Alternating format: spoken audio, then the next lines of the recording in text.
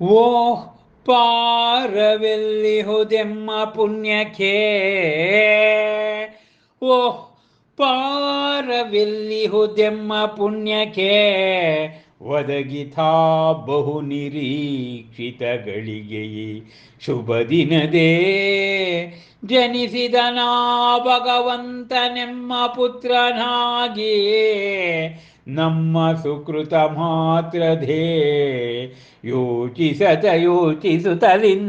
ಕರೆದು ಆಸ್ಥಾನ ಮಂತ್ರಿಯನು ಆದೇಶಿಸಿದ ನಿಂತು ಅರಸನ ಒಡನೆ ಸ್ಫುರಿಸುತ್ತಿರಲು ಹರ್ಷದೀಪ್ತಿಯ ನವನ ದನಿಯೊಳಗೆ.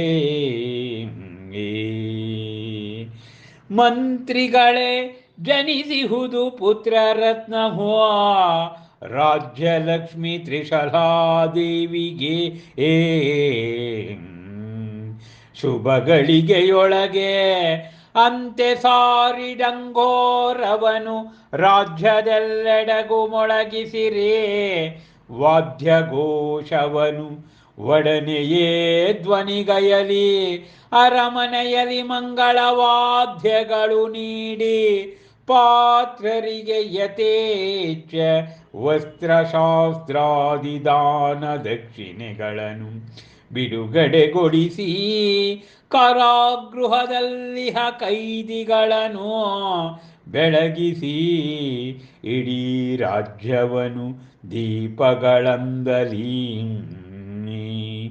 ನಡೆಸಿ ಉತ್ಸವ ಪೂಜೆಗಳನ್ನೆಲ್ಲ ಜಿನಮಂದಿರಗಳಲ್ಲಿ ಏರ್ಪಡಿಸಿ ಮಧುರ ಸಂಗೀತ ನೃತ್ಯಾದಿ ಸಂತೋಷ ಕೂಟಗಳನ್ನು ರಾಜ್ಯದೆಲ್ಲೆಡೆಯಲಿ ನಡೆಯಲಿ.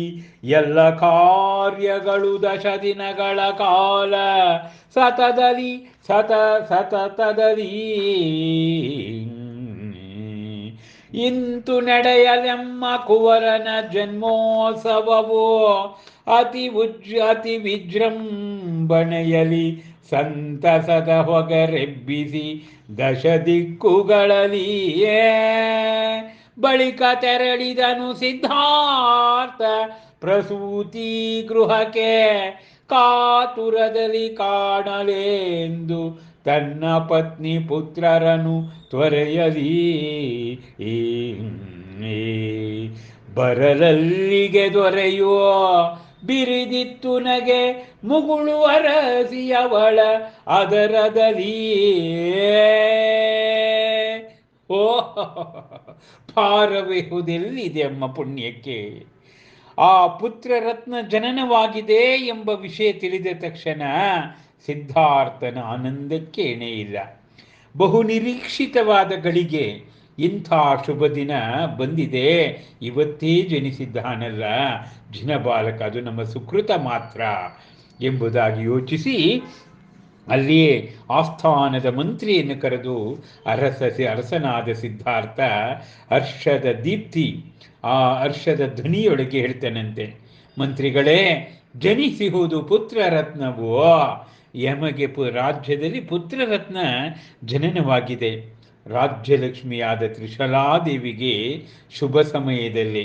ಆದ್ದರಿಂದ ನೀವು ಇಡೀ ರಾಜ್ಯದ ಸುತ್ತ ರಾಜ್ಯದ ಎಲ್ಲೆಡೆ ಡಂಗೂರವನ್ನು ರಾಜ್ಯದ ಎಲ್ಲೆಡೆಗೂ ಕೂಡ ಮೊಳಗಿಸಲಿಕ್ಕೆ ಆದೇಶ ಕೊಡಿ.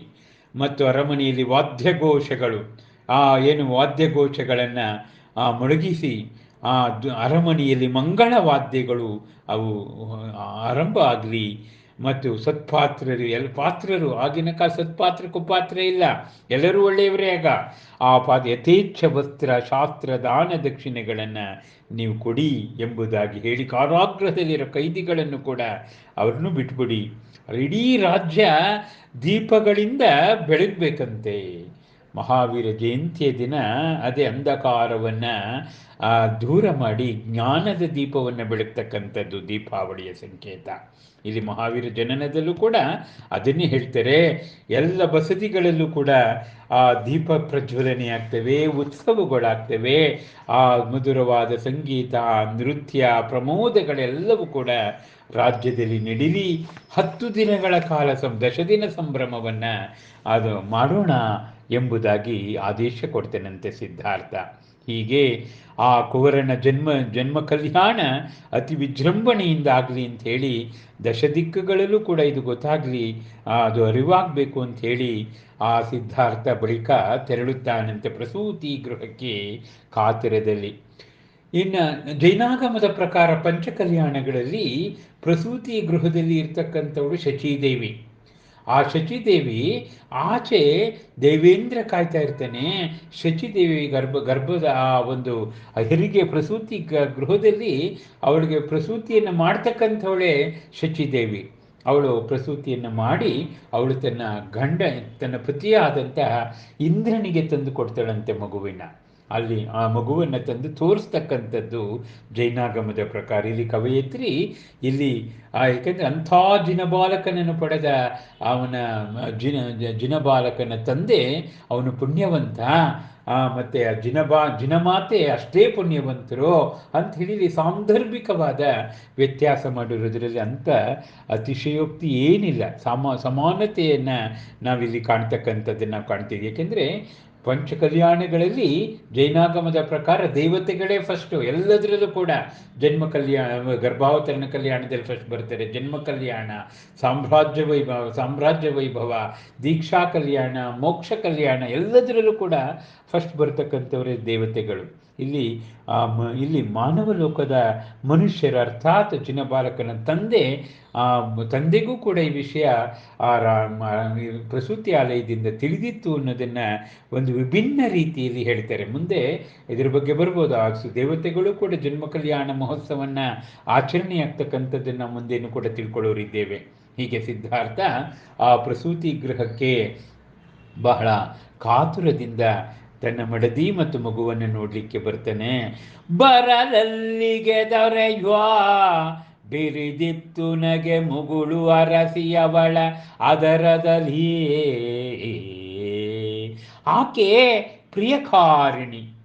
ಈ ಸಿದ್ಧಾರ್ಥನ ಮನದನ್ನೇ ಅವಳು ದೊರೆ ಬಂದ ತಕ್ಷಣ ಬರಲಲ್ಲಿಗೆ ದೊರೆಯು ಬಿರಿದಿತ್ತು ನಗೆ, ಅವಳ ಮುಖಾಬ್ಜದಿಂದ ನಗೆ. ಮಾಮೂಲಿ ಪ್ರಸೂತಿ ಆದಂಥವರಿಗೆ ಬಹಳ ಆಯಾಸ ಆಗ್ತದೆ, ರಕ್ತಸ್ರಾವವಾಗ್ತದೆ, ಅವರಿಗೆ ಸುಸ್ತಾಗ್ತದೆ. ಆದರೆ ಇಲ್ಲಿ ಜಿನಬಾಲಕನನ್ನು ಹಡೆದಂತಹ ಜಿನಮಾತೆಗೆ ಯಾವುದೇ ರಕ್ತಸ್ರಾವ ಆಗೋದಿಲ್ಲ, ಅವರಿಗೆ ಮತ್ತೆ ಯಾವುದೇ ನೋವುಗಳು ಆಗೋದಿಲ್ಲ ಅನ್ನೋದನ್ನು ನೀವೆಲ್ಲ ತಿಳ್ಕೊಳ್ಬೇಕು.